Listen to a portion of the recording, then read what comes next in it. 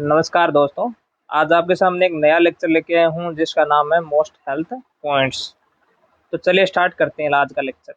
क्या क्या रहेगा इस मोस्ट हेल्थ पॉइंट्स में। तो पहला जो पॉइंट है वो है नॉर्मल हार्ट रेट, जिसको नॉर्मल पल्स रेट भी बोल सकते हैं। सेकंड है इसमें ब्लड प्रेशर।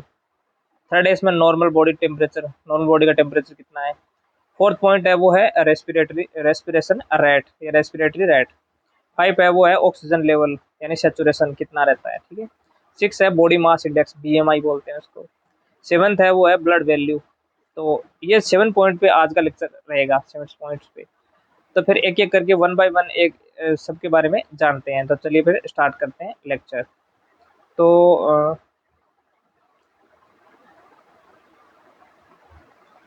तो पहले जो लेक्चर है ना वो बात करें ब्लड शुगर की।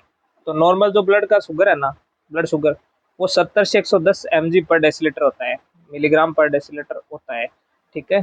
तो इसमें अगर इफ लेस देन 70, अगर मान लो 70 से कम है, 70 mg पर डेसीलीटर से अगर ग्लूकोज लेवल कम है, ब्लड का शुगर कम है, तो उसको बोलेंगे अपन हाइपोग्लाइसेमिया, ठीक है। ये सीएचओ के एग्जाम में पूछा भी गया था। हाइपरग्लाइसेमिया के बारे में पूछा गया, सॉरी, हाइपरग्लाइसेमिया के बारे में पूछा गया था।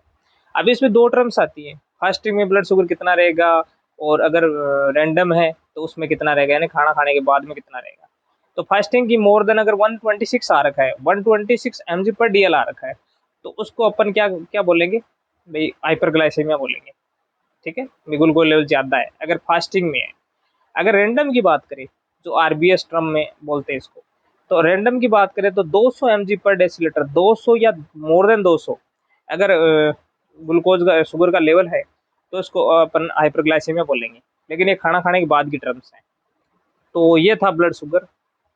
अब बात करें फर्स्ट पॉइंट की, जिसको हार्ट रेट की बात करें या पल्स रेट की बात करें, तो नॉर्मल जो हार्ट रेट बॉडी की है वो है 60 टू 100, यानी 60 से 100 होती है, ठीक है।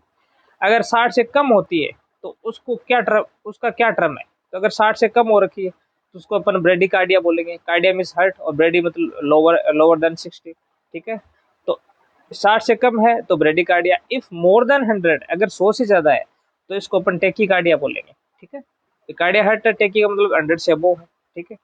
अब बात करें पल्स की, पल्स और हार्ट रेट सेम ही है, एक ही है। अब बात करें पल्स टाइप क्या है, तो एक आती है, अब ये कम जगह इसको डिस्कस किया गया, लेकिन मैं इस लेक्चर में डिस्कस कर रहा हूँ आपके सामने। तो पल्स टाइप की बात करें तो एक होता है वीक पल्स, वीक या थ्रेडी पल्स, जिसको 1+ बोलते हैं, +1 बोलते हैं। एक बाउंडिंग पल्स, जिसको फुल वॉल्यूम की पल्स बोलते हैं, उसको +3 देते हैं। एक मतलब दो पल्स के टाइप को डिस्कस किया गया है इस लेक्चर में। थर्ड जो पॉइंट है वो है oxygen level. Normal oxygen level blood का होता है, ब्लड के अंदर सेचुरेशन बोलते हैं इसको, SpO2 लिखते हैं इसको। तो वो 95 टू 100 होता है, ठीक है भाई। जैसे पीछे कोरोना कोरोना आया था, ठीक है, पेंडेमिक, तो उसके अंदर लोगों का क्या है, सेचुरेशन डाउन हो रखा था धीरे धीरे धीरे, क्यों, लंग्स पे अटैक किया था कोरोना वायरस ने, सार्स सेकंड ने। तो उसमें उसमें क्या है कि लंग्स पे अटैक हुआ था, उससे उनका जो शुगर ऑक्सीजन लेवल है ना, SpO2 सेचुरेशन, वो धीरे धीरे डाउन चला गया था। तो वो 95 टू 100 अगर किसी पर्सन का है तो वो एक नॉर्मल कंडीशन है। अगर 90 आ रखा है देन कॉल्ड हाइपोक्सीमिया, ब्लड के अंदर ऑक्सीजन का लेवल कम है। अगर 80 आ रखा है तो वो कॉम्प्रोमाइज है, हार्ट पर अटैक होगा, ब्रेन पे अटैक होगा, और साइनोसिस की कंडीशन हो सकती है। वैसे साइनोसिस में लेक्चर में स्टार्ट नहीं करेंगे, अपन डिस्कस नहीं करेंगे साइनोसिस पे, पर मैं सुपरफिशियली आपको बता रहा हूँ। वैसे साइनोसिस 2 टाइप का होता है, एक होता है सेंट्रल साइनोसिस और एक होता है पेरिफेरल साइनोसिस। साइनोसिस का मतलब नीला नीला पड़ने लग जाता है शरीर, ठीक है। उसके बाद में बात करें ब्लड वॉल्यूम, ब्लड वैल्यू की, सॉरी वॉल्यूम वॉल्यूम नहीं है, वैल्यू की, तो इसमें वॉल्यूम भी आ जाएगा। तो नॉर्मल ब्लड की वैल्यू है ना वो 5 से 6 लीटर होती है, 5 से 6 लीटर इन मेल, यानी पुरुष के अंदर 5 से 6 लीटर होता है, और इन फीमेल वो 4.5 से 5.5 लीटर लीटर होती है, ठीक है। फीमेल के अंदर ब्लड ब्लड होता है। अब कई जगह सुना होगा इनका 12 पॉइंट है, इनका 12-13 पॉइंट है, तो वो एक HB की वैल्यू है, हीमोग्लोबिन बोलते हैं, वो प्रोटीन है न कि ब्लड है। वो ब्लड का कलर रेड होता है, वो उसका एक प्रोटीन है, वो HB हीमोग्लोबिन बाइंडिंग प्रोटीन है, ठीक है। अगर आरबीसी की बात करें, रेड ब्लड सेल्स, तो वो तो नॉर्मल मेल में तो होगी 5 से 6 लीटर, और फीमेल की बात करें तो 4.5 से 5.5 लीटर। ये ब्लड की वैल्यू है, ठीक है। अगर इसे कम हो जाएगा तो इसके अंदर वो क्या है कि वो एनीमिया की कंडीशन हो जाएगी। अब बात करें बीएमआई, जिसको बॉडी मास इंडेक्स बोलते हैं, तो बॉडी मास इंडेक्स की बात करें तो वो 18.5 से 24.9 होता है, मतलब 18 से 24 होता है, ठीक है। अगर किसी का ओवरवेट हो रखा है तो उसमें 25 से अगर 29 आ रखा है तो वो ओवरवेट है, ओबेसिटी है, ओबेज बोलते हैं, ठीक है।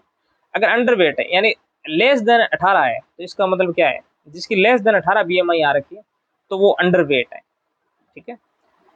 अगर 25 से 29 है तो वो ओवरवेट है, ओबेज है। अगर 24 है, 24 से अब वो थोड़ा थोड़ा अब वो है तो वो प्री ओबेज है, और 25 पर ओबेज है, ठीक है। तो ये बीएमआई थी, ठीक है। अब बात करें बॉडी टेम्परेचर की, तो body temperature, normal body temperature शरीर का कितना होता है, जैसे 97.6 टू 99 फ़ारेनहाइट तक अपन बॉडी टेम्परेचर नॉर्मल मान सकते हैं। अब बॉडी का टेम्परेचर नॉर्मल होता कितना है वैसे, ये तो एवरेज था, रेंज थी। अब बात करें एवरेज का तो 98.6 होता है ना, वो फ़ारेनहाइट में होता है। और बात करें सेंटीग्रेड की, वो 37 डिग्री सेंटीग्रेड है, वो सेंटीग्रेड में होगा। इसका फॉर्मूला भी है, भी इसका एक फॉर्मूला भी तो आता है, फ़ारेनहाइट को कैसे सेंटीग्रेड में कन्वर्ट करें, तो वो उसका फॉर्मूला सी बराबर एफ माइनस 32 इंटू 9/5, ऐसा कुछ फॉर्मूला है एक तो ये। और अगर बात करें ये तो सेंटीग्रेड बदलने का, फ़ारेनहाइट की बात करें तो एफ बराबर सी इंटू 5/9 प्लस 32, ये सेंटीग्रेड से फ़ारेनहाइट में बदलने का फॉर्मूला है, ठीक है। तो ये मैंने टेम्परेचर का बताया है, एक्सचेंज करने का, एग्जाम में आता भी है कई बार, ठीक है। तो अब बात करें रेस्पिरेशन रेट की, तो नॉर्मल जो रेस्पिरेटरी रेट होती है रेस्पिरेशन की, लंग्स की, तो वो रेस्पिरेटरी रेट होती है 16 से 20 बीट पर मिनट, ठीक है। 16 से 20 पर मिनट होती है रेस्पिरेटरी रेट, आरआर बोलते हैं इसको। अगर मान लो लेस देन 10 हो रखी है तो उसको ब्रेडिफेनिया बोलते हैं। अगर मोर देन 24 हो रखी है तो उसको टेकीफेनिया बोलते हैं, मतलब 24 से ज़्यादा है तो टेकीफेनिया, अगर 10 से कम है तो ब्रेडिफेनिया। ये फनिया उसको रेस्पिरेशन को बोलते हैं, ठीक है, फनिया। रेस्पिरेटरी रेट, नॉर्मल रेस्पिरेशन 16 से 20 होती है, तो एग्जाम में आता है मोस्टली क्वेश्चन, इसमें दे भी रखे, देखो 60 मिनट, अगर 30 सेकंड इसको रेस्पिरेटरी रेट चेक करते हैं, पल्स रेट चेक करते हैं, और 30 सेकंड बाद में क्या है कि उसको उसको अगर रिदम में नॉर्मल है, ठीक है, तो रिदम अगर नॉर्मल है तो फिर 30 सेकंड वो ही रहेगा, ठीक है। अब बात करें ब्लड प्रेशर की, ब्लड प्रेशर क्या है, तो ब्लड के द्वारा ब्लड वेसल्स की वॉल पे लगाया गया pressure blood pressure common definition होती है। बात करें नॉर्मल ब्लड ब्लड प्रेशर की, तो नॉर्मल एक रेंज बता रखी है नॉर्मल ब्लड प्रेशर की, 120 सिस्टोल होता है और 80 होता है वो डायस्टोल होता है। सिस्टोल क्या है, कार्डिक आउटपुट कितना है, वो सिस्टोल ब्लड प्रेशर है। बात करें डायस्टोल की तो 80, क्या है 80, तो जो पेरिफेरल जो नर्वस सिस्टम, पेरीफेरी है ना, तो उसमें कितना वो मतलब रेजिस्टेंट कितना लगा रखा है, डिस्टल रेजिस्टेंट, वो रेजिस्टेंट पे डिपेंड करता है ये डायस्टोलिक प्रेशर, ठीक है। तो 120 से 80 ब्लड प्रेशर होता है। इफ 120 140 अबो होता है MM of Hg, millimetre of mercury लिखते हैं एमएम ऑफ एचजी। एचजी क्या है, एक 80 नंबर एलिमेंट है केमिस्ट्री के अंदर, तो उसको एचजी लिखते हैं, और वो क्या है कि मर्करी बोलते हैं उसको, बहुत ज़्यादा सेंसिटिव होता है, पारे में लिखा होता भी है, ऐसा पारा सा भरा होता है ना, वो एचजी होती है, मर्करी होती है।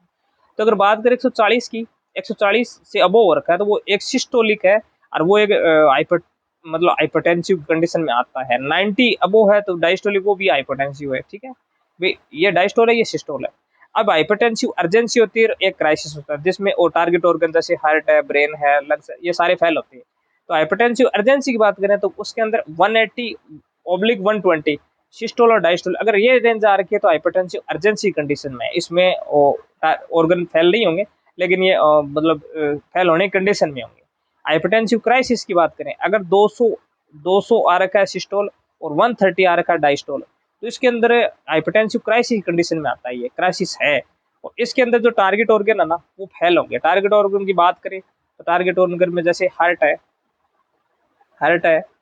ठीक है, लंग्स है, ठीक है, फिर ब्रेन है, ठीक है। तो ये सारे क्या है, टारगेट ऑर्गन है। तो इस पे क्या है कि टारगेट ऑर्गन है ना, ये सारे टारगेट ऑर्गन फेल होंगे, ठीक है।